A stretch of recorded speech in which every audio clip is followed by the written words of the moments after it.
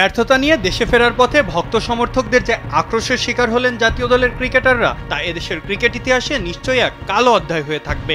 কিন্তু কেন ঘটলো এমন ঘটনা? ক্রিকেট তো শুধুমাত্র একটা খেলা নয়, এটি এ জাতির আবেগ, এদেশের গর্বের প্রতীক। মাঠে নেমে যখন কোনো ক্রিকেটার দেশের হয়ে প্রতিনিধিত্ব করেন, তখন তো তিনি একা নন, তার কাঁধে ভর করে থাকে 17 কোটি মানুষের স্বপ্নটাও। তাই জয় এলে উল্লাস হবে আর হার হেলে হতাশা, এই ওঠানামাটা তো খুবই স্বাভাবিক ব্যাপার। খেলোয়াড়রাও মানুষ, যন্ত্র নন।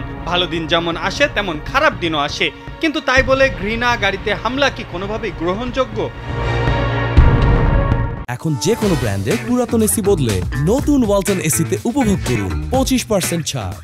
মোহাম্মদ নাঈম শেখের ফেসবুকের স্ট্যাটাসটাতেই ফুটে ওঠে একটা খেলোয়াড়ের অন্তরের কষ্ট।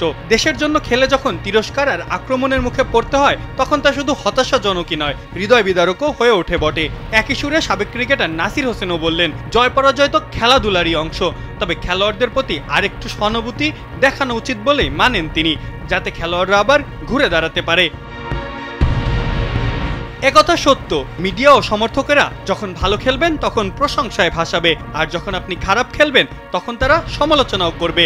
আন্তর্জাতিক মঞ্চে ব্যর্থতা, দুর্বল ফুটওয়ার্ক, ফর্মে না থাকা, এসব নিয়ে আলোচনা সমালোচনা সবই হবে। এটি মিডিয়া ও সমর্থকদেরই কাজ।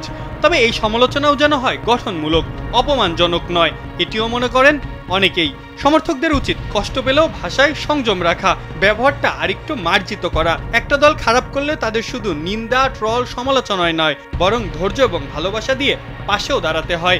কারণ সমালোচনাটা যদি ভালোবাসার ছায়া হয়, তাহলে খেলোয়াড় নতুন করে ঘুরে দাঁড়াতে অনুপ্রাণিত হয়।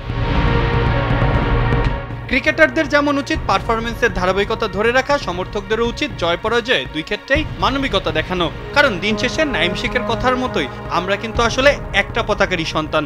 লাল সবুজের গর্ব ভাগাভাগি করাটাই আমাদের শক্তি, প্রেরণা এবং বিশ্বাসের জায়গা।